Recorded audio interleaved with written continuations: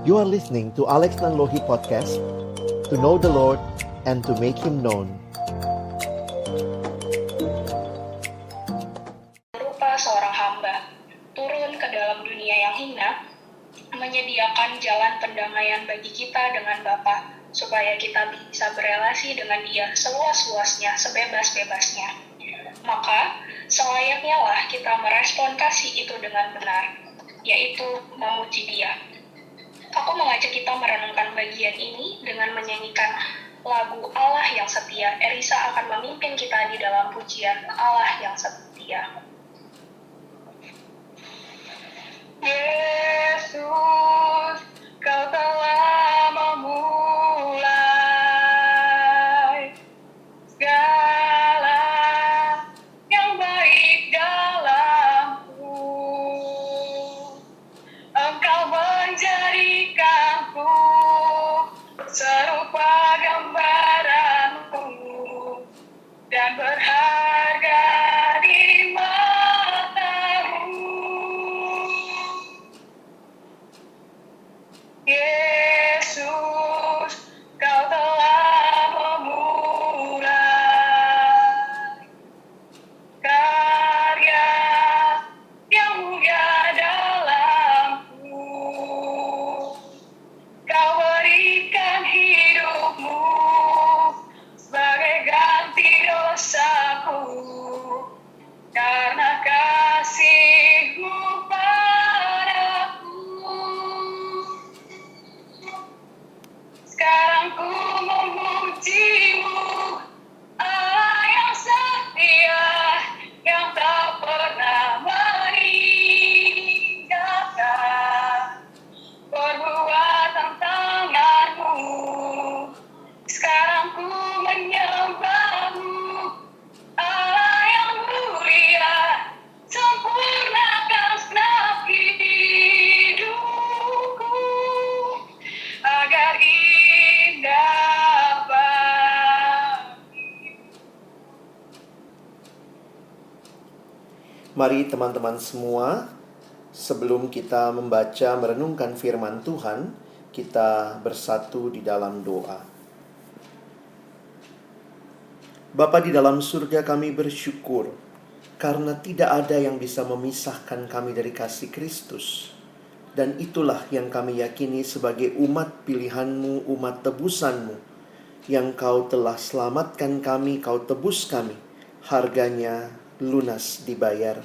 Bahkan dalam situasi seperti ini kami pun bersyukur bahwa kami boleh beribadah online bersama-sama. Terima kasih Tuhan. Kesempatan ini menjadi kesempatan kami mau kembali membuka hati di hadapan-Mu. Kami berdoa biarlah waktu kami akan membuka firman-Mu, bukalah juga hati kami. Jadikanlah hati kami seperti tanah yang baik, supaya ketika benih firman Tuhan ditaburkan boleh sungguh-sungguh berakar, bertumbuh, dan juga berbuah nyata di dalam kehidupan kami.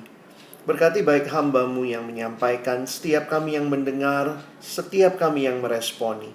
Tuhan, tolonglah kami semua, agar kami bukan hanya jadi pendengar-pendengar firman yang setia, tapi mampukan dengan kuasa dari Roh-Mu yang kudus, kami dimampukan menjadi pelaku-pelaku firman-Mu di dalam kehidupan kami. Bersabdalah ya Tuhan, kami umat-Mu sedia mendengarnya dalam satu nama yang kudus, nama yang berkuasa, nama Tuhan kami Yesus Kristus. Kami menyerahkan pemberitaan firman-Mu. Amin. Shalom teman-teman sekalian, bersyukur kesempatan ini Tuhan terus berikan kepada kita untuk mengalami, saya pikir tema yang hari ini sama-sama akan menjadi tema yang kita renungkan. Bertumbuh dalam relasi dengan Allah. Nah teman-teman, di beberapa kampus saya juga melihat dan sudah melayani juga PJ online seperti ini, persekutuan online seperti ini. Dan saya pikir ini jadi satu cara Tuhan juga untuk boleh menolong kita melihat apa yang sebenarnya terjadi di dalam kehidupan kerohanian kita. Apakah situasi yang ada di sekitar kita menghambat kita untuk tidak bertumbuh? Ataukah justru di dalam situasi yang sulit sekalipun kita mau terus bertumbuh? Nah, saya ingin mengajak kita melihat bersama-sama satu bagian firman Tuhan. Bisa tolong next. Kita akan melihat di dalam Filipi pasal yang ketiga. Boleh tolong next deh? Oke, ya. Filipi pasal yang ketiga ayat 7 sampai ayat yang ke-14. Bagian ini yang akan saya pilihkan untuk kita renungkan dalam tema bertumbuh dalam relasi dengan Allah. Kita akan belajar dari apa yang disampaikan melalui firman Tuhan hari ini dari apa yang Rasul Paulus tuliskan. Nah, mari teman-teman kita bisa melihat ayatnya saya sudah buat di dalam slide. Kita mulai selanjutnya. Next. Kita akan membaca di dalam ayat yang ke-7, 8, dan 9 terlebih dahulu.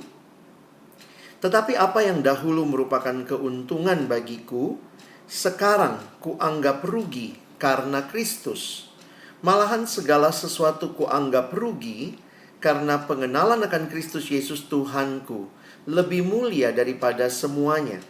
Oleh karena dialah aku telah melepaskan semuanya itu dan menganggapnya sampah supaya aku memperoleh Kristus dan berada di dalam Dia, bukan dengan kebenaranku sendiri karena mentaati hukum Taurat, melainkan dengan kebenaran karena kepercayaan kepada Kristus, yaitu kebenaran yang Allah anugerahkan berdasarkan kepercayaan. Next. Yang ku kehendaki ialah mengenal Dia dan kuasa kebangkitannya dan persekutuan dalam penderitaannya, di mana aku menjadi serupa dengan Dia dalam kematiannya, supaya aku akhirnya beroleh kebangkitan dari antara orang mati. Next. Bukan seolah-olah aku telah memperoleh hal ini atau telah sempurna, melainkan aku mengejarnya kalau-kalau aku dapat juga menangkapnya, karena aku pun telah ditangkap oleh Kristus Yesus. Saudara-saudara, aku sendiri tidak menganggap bahwa aku telah menangkapnya, tetapi ini yang kulakukan. Aku melupakan apa yang telah di belakangku dan mengarahkan diri kepada apa yang di hadapanku, dan berlari-lari kepada tujuan untuk memperoleh hadiah, yaitu panggilan sorgawi dari Allah dalam Kristus Yesus. Nah, teman-teman yang dikasihi Tuhan, di dalam anugerah Tuhan kita bisa melihat ada kerinduan yang begitu besar dari Rasul Paulus untuk terus bertumbuh dan mengenal Tuhan. Padahal kalau kita perhatikan di dalam situasi yang terjadi, next, teman-teman bisa perhatikan bahwa ternyata surat Filipi ini adalah surat yang dikirim Paulus dari dalam penjara. Nah, teman-teman bisa lihat itu di Filipi 1 ayat yang ke-7 misalnya. Paulus berkata, memang sudahlah sepatutnya aku berpikir demikian akan kamu semua, sebab kamu ada di dalam hatiku, oleh karena kamu semua turut mendapat bagian dalam kasih karunia yang diberikan kepadaku, baik pada waktu aku dipenjarakan maupun pada waktu aku membela dan meneguhkan berita Injil. Jelas Paulus sedang berada di dalam penjara. Bahkan nanti kalau teman-teman perhatikan bahwa sebagian besar surat-surat Paulus yang dia tuliskan justru di tengah-tengah dia ada di dalam penjara. Karena itu ini biasa dikenal dengan surat-surat penjara. Waktu itu Paulus bukan work from home, bukan study online, tapi memang dia dalam satu suasana dan situasi mendekam di dalam penjara karena dia memberitakan Injil dan kemudian dia ditangkap dan dianggap pada waktu itu tidak kooperatif atau tidak membela dia justru masuk ke dalam menentang kaisar karena memberitakan ada raja yang lain, yaitu Yesus Kristus. Nah, apa yang menarik yang saya ingin perhatikan bagi kita sekalian, bahwa di tengah-tengah pengalaman yang dialami Paulus dari dalam penjara, teman-teman coba perhatikan sebentar. Next slide. Lihat yang dituliskan, saya mau fokus ke ayat 10 dan ayat yang ke-11. Dari dalam penjara, dari dalam situasi yang tidak mudah, Paulus punya kerinduan yang sangat sederhana. Yang ku kehendaki ialah mengenal Dia. Nah, saya pikir ini yang seharusnya menjadi kerinduan setiap orang percaya yang akhirnya mengalami kasih karunia Tuhan dan terus bertumbuh di dalam pengenalan akan Dia, di dalam pengenalan akan Tuhan. Teman-teman, bertumbuh itu adalah kehendak Allah. Allah yang menghendaki kita bertumbuh. Saya sering membayangkan begini, kalau orang tua yang normal ingin anaknya bertumbuh. Kita kalau lihat anak kecil, wah lucu, imut-imut gitu ya. Tapi kalau kita lihat anak itu kecil terus, nggak bertumbuh-bertumbuh, itu bukan imut lagi, tapi amit-amit begitu ya. Nah, kalau orang tua di dunia saja ingin anaknya bertumbuh dewasa, maka Tuhan kita bukan hanya mau kita kenal Dia saja, tetapi kita boleh bertumbuh dalam pengenalan akan Dia dan mengalami kedewasaan rohani yang semakin hari semakin serupa dengan Kristus. Nah, teman-teman, apa yang menarik yang saya mau bagikan dari ayat ini? Teman-teman, waktu saya coba menghayati kapan Paulus menulis surat Filipi.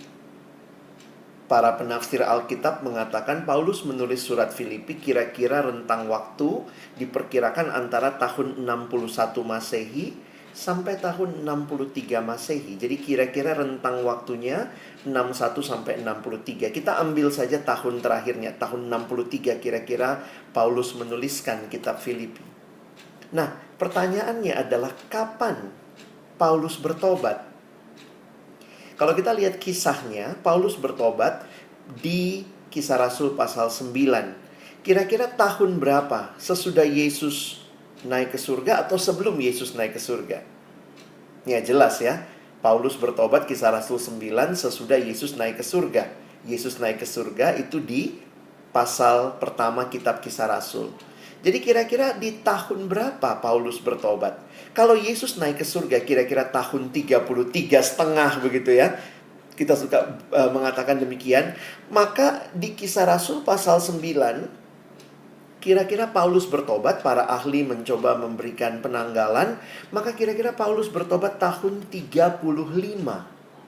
Jadi Paulus bertobat tahun 35 dan Paulus menulis surat Filipi dari dalam penjara di tahun 63. Berapa rentang waktunya? Kalau ditanya, ketika Paulus menulis surat Filipi, sudah berapa lama Paulus jadi orang Kristen? Bahkan dia sudah rasul ya. Kita lihat apa yang dia alami. 63 kurang 35, paling tidak Paulus sudah jadi orang Kristen 28 tahun. Dan ini sangat amazing begitu ya. Saya terkagum-kagum melihat. Bayangkan setelah 28 tahun, bayangkan misalnya ada wartawan dari Filipi Post datang kepada Paulus lalu wawancara Paulus di dalam penjara. Rasul Paulus, bolehkah saya tahu rahasia Anda? Apa yang paling Anda inginkan? Apa yang paling Anda kehendaki setelah 28 tahun bertobat? 28 tahun sudah melayani ke sana sini, sekarang Anda di penjara, apa kerinduan Anda? Bayangkan Paulus menjawab ayat 10. Yang ku kehendaki ialah mengenal Dia. Wow. Teman-teman, saya nggak tahu sudah berapa lama kamu jadi orang Kristen sungguh-sungguh ya. Benar-benar sudah alami pertobatan, lahir baru, kenal Yesus, lalu kemudian sudah mungkin melayani juga, jadi pemimpin kelompok kecil, jadi pengurus, atau mungkin masih jadi adik kelompok kecil. Tapi pertanyaan yang sama kalau ditanyakan kepada kita, apa kerinduanmu? Paulus berkata, ini seperti anak baru pulang retret penginjilan ya. Pengennya apa? Aduh, aku pengen kenal Tuhan kak. Aduh, pengen banget kenal Tuhan. Pengen baca Alkitab. Pengen tahu apa yang Tuhan mau buat hidupku. Ini yang Paulus sampaikan setelah 28 tahun ikut Tuhan. Bahkan nanti teman-teman lihat sampai kitab 2 Timotius, kitab terakhir yang Paulus tulis. Kerinduannya tetap sama. Bahwa dia ingin mengenal Tuhan. Makin bertumbuh. Makin menjadi serupa dengan Kristus. Dan itu adalah sebuah proses seumur hidup. Saya harap kita bisa menghayati ini, bahwa pertumbuhan adalah kehendak Tuhan dan diresponi oleh setiap kita yang mengaku bahwa kita adalah anaknya, kita yang telah mengalami karya Allah yang menyelamatkan kita, maka kita harusnya bertumbuh. Dan mata kuliah bertumbuh ini adalah mata kuliah yang SKS-nya tidak pernah selesai sampai kita bertemu dengan Tuhan. Ini wisudanya nanti di sana.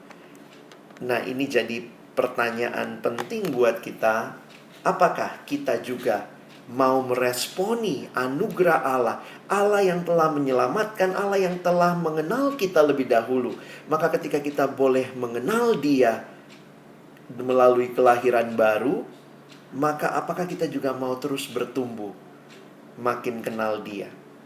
Nah, teman-teman bisa perhatikan sebentar. Next slide. Jadi saya tuliskan di sini adalah to know Him, makin mengenal Dia. Kita sedang mendekati masa-masa Easter atau Paskah begitu ya.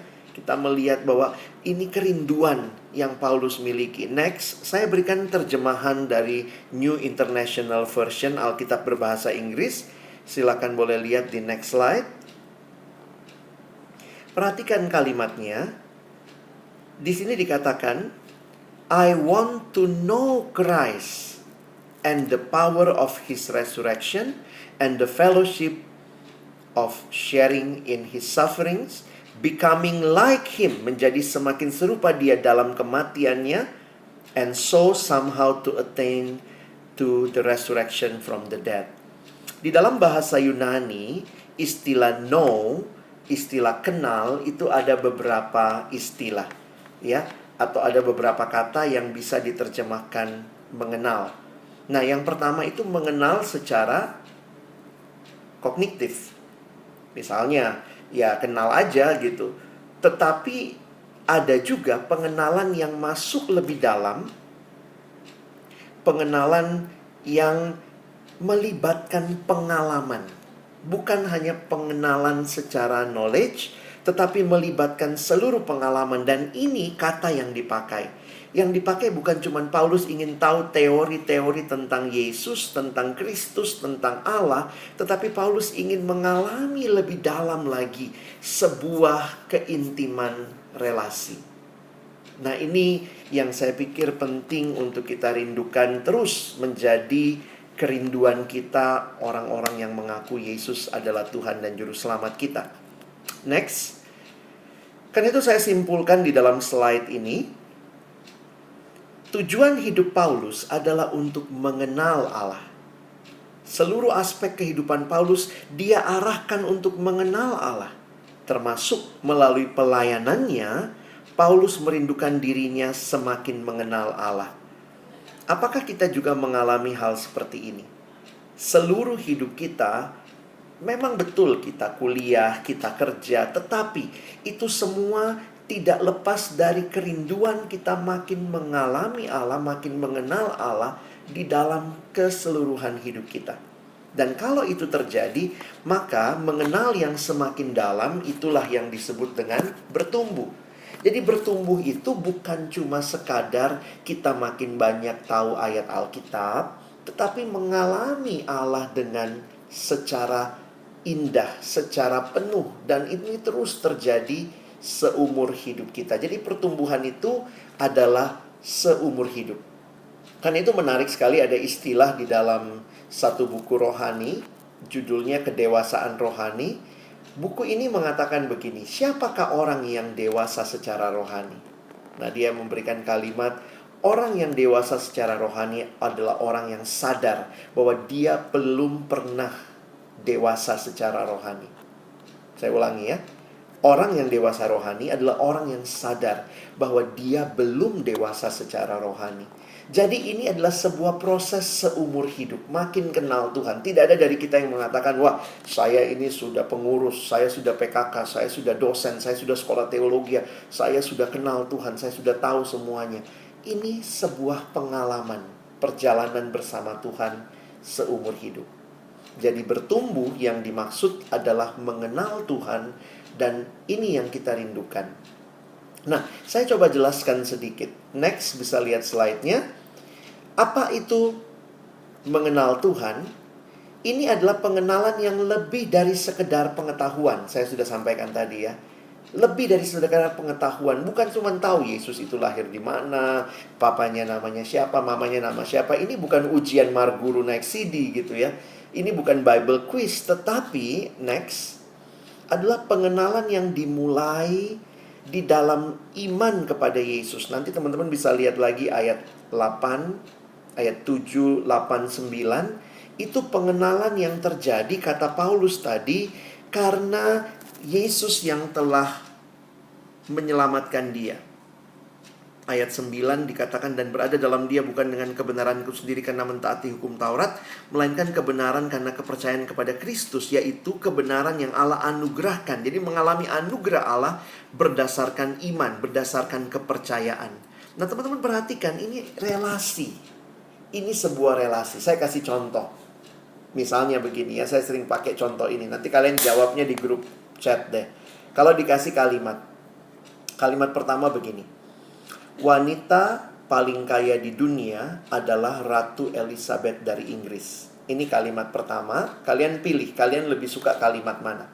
Kalimat pertama, wanita paling kaya di dunia adalah Ratu Elizabeth dari Inggris.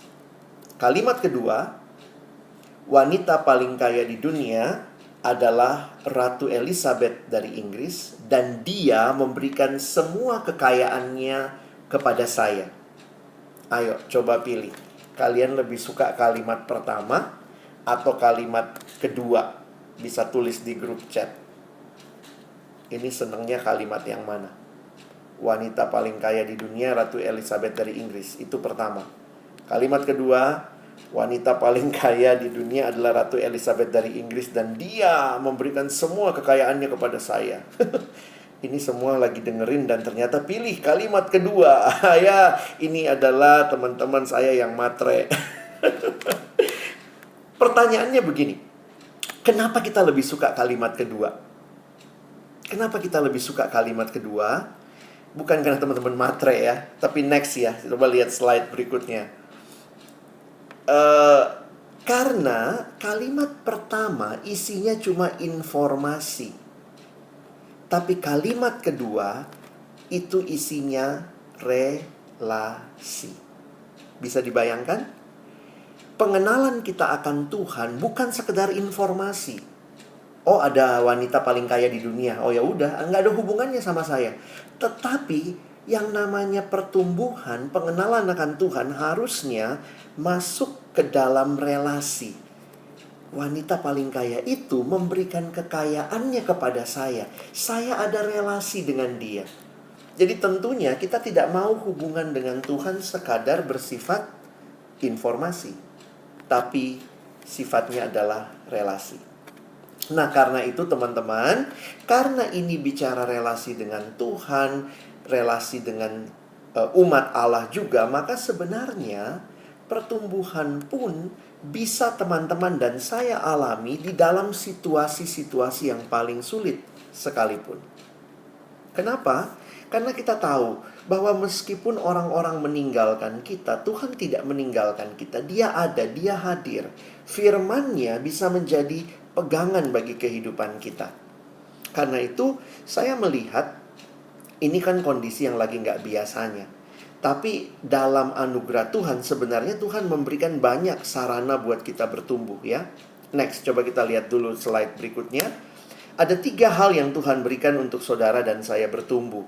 Yang pertama dan terutama, Tuhan memberikan Roh-Nya yang kudus, diam dalam hati kita. Itu adalah pribadi Allah sendiri. Itulah yang membuat kita bisa bertumbuh. Ya, tolong slide-nya yang tadi, yang next, yang Roh Kudus, yang pertama. Yang kedua, Tuhan memberikan firman-Nya.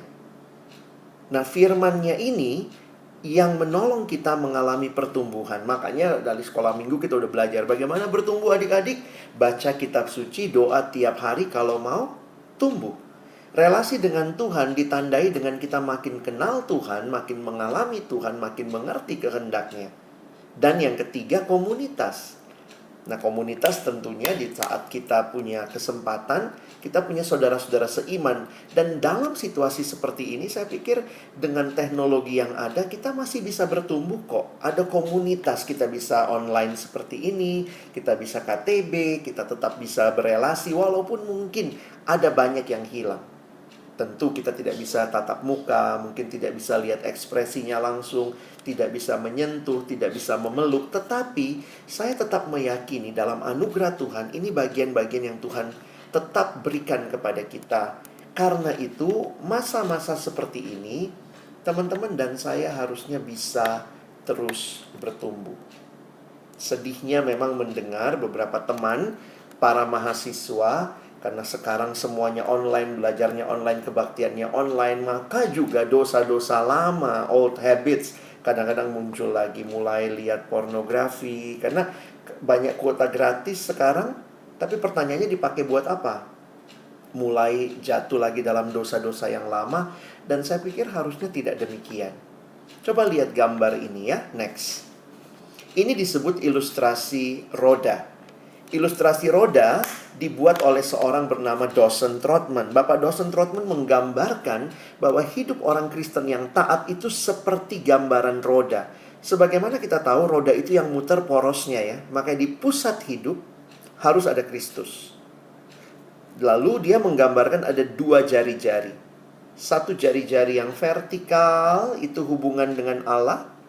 Lalu satu jari-jari yang horizontal hubungan dengan sesama. Hubungan dengan Allah, saya bicara kepada Allah itu di dalam doa. Lihat itu yang ke atas, doa. Lalu Allah berbicara kepada saya, lihat ke bawah itu melalui firman. Makanya kita biasa nyanyi itu ya, baca kitab suci, doa tiap hari kalau mau tumbuh. Nah, dalam relasi yang horizontal, ada dua relasi dengan sesama. Pertama, dengan sesama orang percaya ke arah kanan itu, ke dalam, kita harus rajin bersekutu. Dan keluar, bagian kita adalah bersaksi. Jadi teman-teman, mari kita bisa melihat gambar ini sebagai gambaran mengevaluasi hidup kita. Bahwa apakah kita terus bertumbuh, makin kenal Tuhan dengan firman Tuhan, di dalam doa, dalam persekutuan, meskipun online, nanti gereja pun juga online, tapi kita terus rindu, kita beribadah kepada Tuhan dan terus bersaksi. Bagaimana bersaksi dalam situasi seperti ini? Banyak hal yang bisa dilakukan. Bertumbuhlah dalam kasih kepada Allah, itu yang vertikal, dan kasih kepada sesama. Dan saya pikir Tuhan Yesus menyimpulkan hidup orang Kristen adalah hidup yang bertumbuh dalam kasih. Kasihilah Tuhan Allahmu dan kasihilah sesamamu manusia.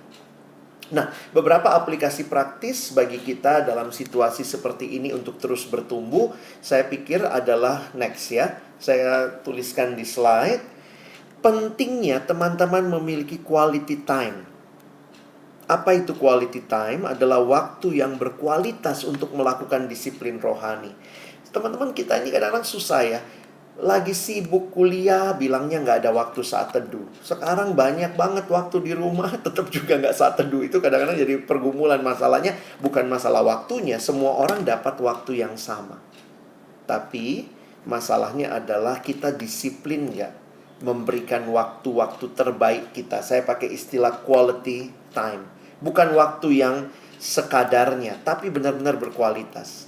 Coba jawab pertanyaan ini ya. Mungkin kalau kita ditanya ya, next. Apa perbedaan antara sisa dan sisih? Sisa dan sisi. Ada yang bilang, oh sisa pakai A, sisih pakai I. Ya jangan begitu ya. Itu nenek-nenek juga tahu ya. Tapi saya coba menggambarkan begini. Kalau ada makanan satu piring nih. Terus saya makan. Udah kenyang. Selesai. Masih ada dikit. Itu namanya sisa. Kalau sisih, maka sebelum dimakan disisihkan dulu. Baru dimakan, sehingga itu namanya disisihkan. Nah pertanyaannya begini. Dalam hidup kita lebih merasa terhormat dikasih makanan sisa atau makanan sisih? Nah ini jadi pertanyaan penting buat kita ya. Kita lebih terhormat dikasih makanan sisa atau makanan sisih? Tapi pertanyaannya, tentu ini harusnya meyakini ya, sisih itu lebih terhormat ya, bukan yang sisa. Tapi pertanyaan yang penting buat teman-teman dan saya jawab, apakah waktu bersama Tuhan setiap hari, entah lagi work from home, lagi social distancing, lagi nggak work from home, lagi nggak studi online, lagi studi online, pertanyaannya, apakah waktu-waktu dengan Tuhan yang engkau dan saya berikan itu waktu yang sisih, bukan sekadar yang sisa? Saya harap kita jawab pertanyaan ini dengan jujur di hadapan Tuhan. Jangan-jangan terlalu banyak yang kita mau kerjakan, yang kita mau tonton, misalnya drama Korea lagi ngantri, game online ini mau naik level lagi, sampai-sampai waktu dengan Tuhan kita tidak sisihkan. Nah, next kita lihat beberapa slide terakhir. Untuk hal yang penting, orang akan rela menyisihkan waktu, tenaga, dan uang. Kuliah online, kalian pasti merasa penting nggak itu? Penting. Dosen bilang jam 7 semua muncul absen begitu ya. Orang rela, tenaga, uang. Tapi pertanyaannya, waktu dengan Tuhan itu buat kita penting nggak? Mungkin kita taruh dulu tuh, penting apa tidak. Kalau itu penting, maka kita pun akan rela menyisihkan waktu, bahkan menyisihkan tenaga, bahkan uang, begitu ya. Nah, karena itu dalam masa-masa seperti ini, untuk terus bertumbuh mengenal Tuhan, mungkin saran praktis saya adalah next ya. Coba susun kembali prioritas kita, ya. Teman-teman, menyusun kembali prioritasmu. Karena to change your life, you need to change your priorities. Sebenarnya hidup itu adalah berbagai urutan prioritas. Apa sih yang penting buat kita? Kalau studi online, belajar online, semua dosen kasih tugas begitu banyak, itu penting. Tapi kemudian kita diminta KTB, itu penting juga. Kita minta ibadah online dengan gereja kita. Kita melihat itu penting. Ibadah bersama seperti ini penting. Maka sebenarnya pertanyaannya, apakah di dalam prioritas-prioritas kita pengenalan akan Tuhan mendapat tempat? Karena itulah kehidupan yang sejati. Ya, next. Kita perlu komitmen untuk berubah. Coba ubah lagi prioritas teman-teman mulai besok. Kalau mungkin masih males saat teduh, masih males untuk bertumbuh, mungkin baca buku rohani bisa jadi kesempatan untuk lihat, kesempatan untuk terus berubah. Dan saya menutup dengan juga ayat yang menutup kitab 2 Petrus. Memang 2 Petrus konteksnya salah satunya pengajaran sesat, tetapi Rasul Petrus di bagian akhir, ini paling akhir surat 2 Petrus, dia menuliskan, tetapi bertumbuhlah dalam kasih karunia dan dalam pengenalan akan Tuhan dan Juru Selamat kita Yesus Kristus. Baginya kemuliaan sekarang dan sampai selama-lamanya. Mari kita terus bertumbuh dalam hidup ini.